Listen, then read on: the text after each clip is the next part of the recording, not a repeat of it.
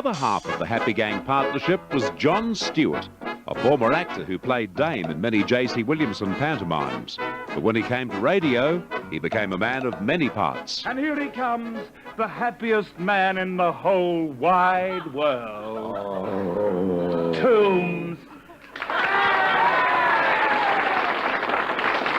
Good evening, Toombs. You're looking rather puzzled tonight. What's the trouble? It's the doctor. He thinks I'm a contortionist. What makes him think you're a contortionist? I've got a carbuncle on the back of my neck. He wants me to keep an eye on it. And how are you and Mrs. Toombs getting along? No good. This morning we fought for 3 hours, hammer and tong. Who won? The wife did. She had the hammer. Yes. I've had some narrow escapes, Keller. Is that so? This morning the wife hit me over the head with a leaf and nearly killed How me. could a leaf nearly kill you? It was a leaf out of the dining room table. Well, take a look at this, Callard. It's a letter from the wife. But there's nothing on it. That's right. We're not speaking. I'm always nodding. I'm hypnotized. My bones are cracking. They're fossilized. Oh, happy day. Oh, lucky me.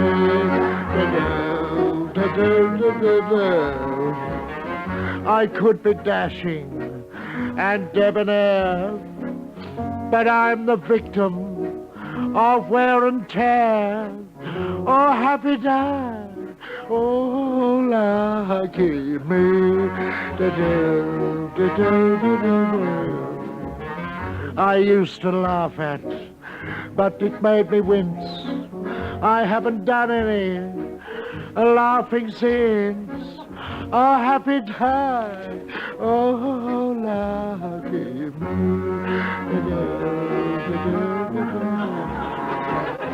Oh, happy day.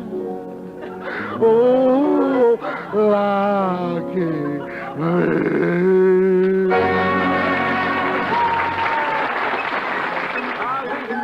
Mr. Toombs from the Happy Gang, played by John Stewart. Stewart was a stage name. This lovable character's real name was John Bastard, and John always felt it would never look quite right in lights. As it happens, his name never made it to the top of a theatre marquee. But in radio in the 30s, 40s and 50s, there was no larger luminary on the Melbourne scene. John started his radio career at 3LO, and one of his duties then was to read weather reports. On one occasion, he confused points and inches and announced Horsham 30 inches, Ballarat 22 inches, Kerrang 16 inches, Colac 11 inches, Bendigo 17 inches. He then realised what he'd done, and without turning off his microphone, he exclaimed for the world to hear, "My God, I've flooded the bloody country." That was controversial ground for Melbourne radio in the early 30s. But John Stewart always walked controversial ground. His puckish, dry, irreverent humour on air was matched by his escapades off air. Add to this his love of life, his love of a drink, and his dislike for authority, and you've got quite a character. And that's just what he was, a character. All his contemporaries had a very soft spot for old John, as he was lovingly referred to, and all had their stories to tell. Sir Eric Pearce. Possibly the most promising fellow who was there at the time, he was a little older than the rest of them, was John Stewart, because he was so unpredictable. He was extremely funny. He had a basis of a first-class education, and altogether he was a bad boy, if you know what I mean by that. Often a studio manager had to go in and fill in the breakfast session because John was absent with something or other, hangover probably.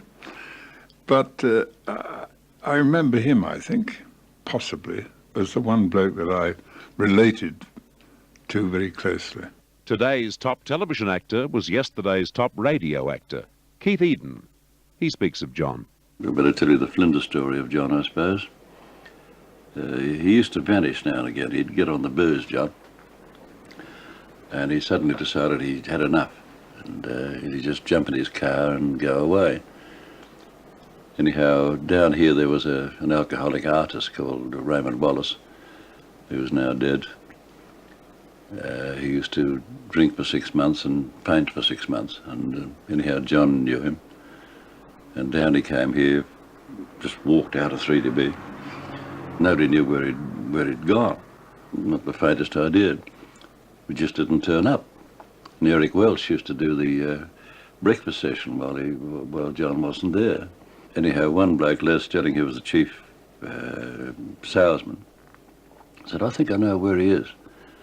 So he went down to Flinders, and he didn't turn up either.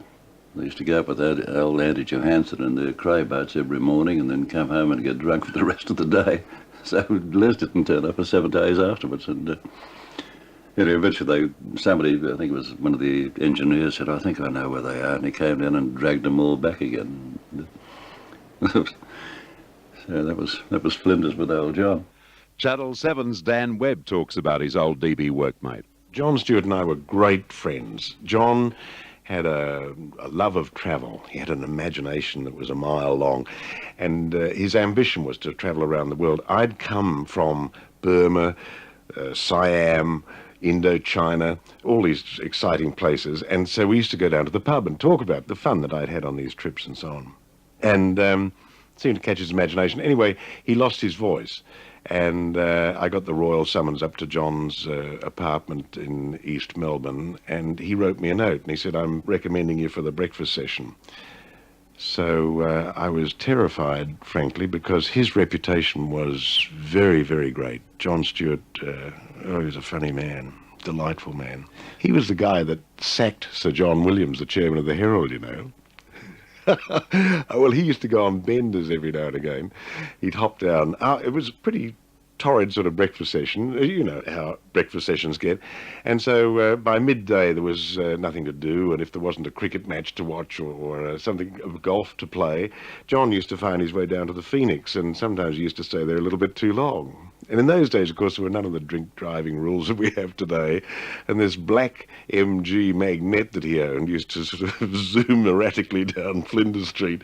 And somewhere along the line, he used to get lost. I think his mind used to sort of tick, tick, tick, where can I go? Where can I find hospitality? And one night he finished up at Sir John Williams' place and got out there and knocked on the door, and Sir John opened the door and he said, "You're fired. Had enough of you. Heartily sick of you. You're fired." John, so far as chairman of the Herald and Weekly Times were concerned, showed no favourites. Sir John Williams was not the only one who had to go in old John's eyes. Rupert Murdoch's illustrious father, Sir Keith Murdoch, was on shaky ground too.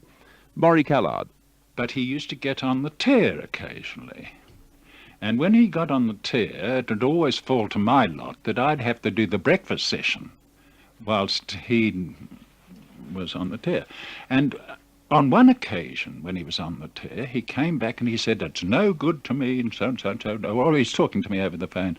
"It's no good to me, and it's no good to me. I'm going to ring Sir Keith Murdoch and fire him." And I said, "Oh, don't be silly, John. You can't do that."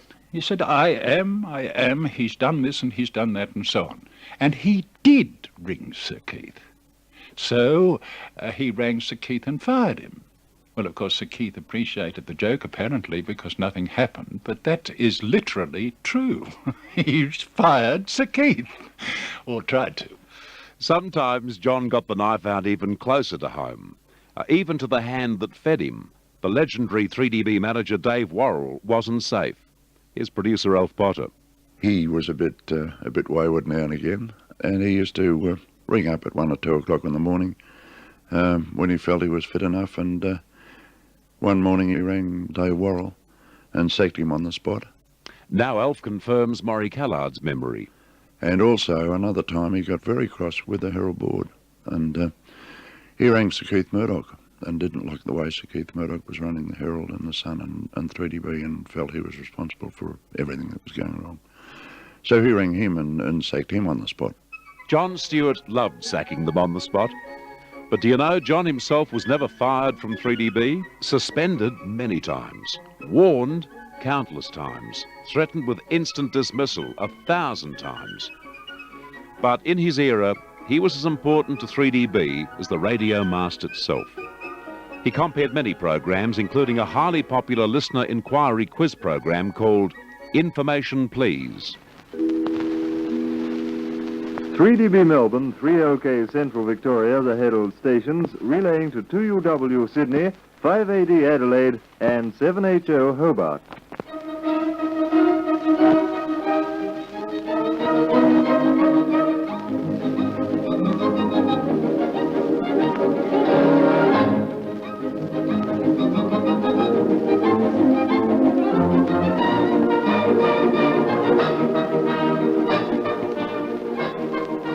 General Motors Holdings welcome listeners in New South Wales, Victoria, South Australia, Western Australia and Tasmania to Information Please, a program you're invited to participate in by forwarding questions to the station to which you're now listening. If your question is used, there's a broadcasting fee of 5 shillings. If it stumps the experts, there's a £1 award from General Motors Holdings. Now over to John Stewart and the team of experts. Thank you. Good evening, everyone. Here we are for Information Please once again. Our team of experts tonight consisting of Mr. Crosby Morrison, MSc, Editor of Wildlife, and President of the Royal Society of Victoria. Professor W.A. Osborne, MB, DSc, FACS, Professor Emeritus of Melbourne University, Miss Valentine Leeper, BA, and a member of the United Nations Association, also a leader of the Victorian Aboriginal Group, Mr. Alan Nichols, BA and radio playwright, and as sporting commentator, Mr. Eric Wells. John Stewart was at home in the company of anyone and everyone. It's interesting to note during the run, the very long run of Information Please, he never sacked anyone. Perhaps John's most famous program of all, though, was the Australian version of an American radio show called Daddy and Snooks that starred the famous American singer-comedienne Fanny Bryce.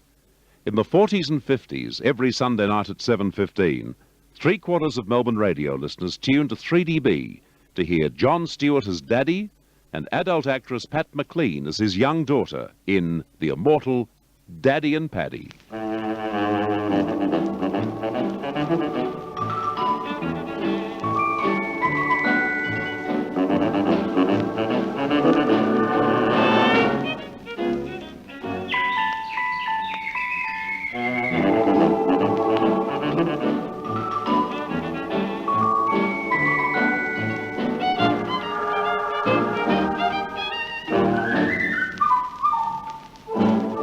Harry, I hope you're not going to do anything silly with these explosives.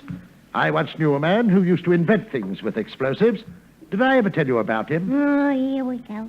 Yes, Daddy, dear. What about the man with the extra precisers? Well, this man locked himself up in his room one night. Why? Don't interrupt. He locked himself up in his room one night. And the next morning, when they opened up the room... Who opened it? It doesn't matter who opened it.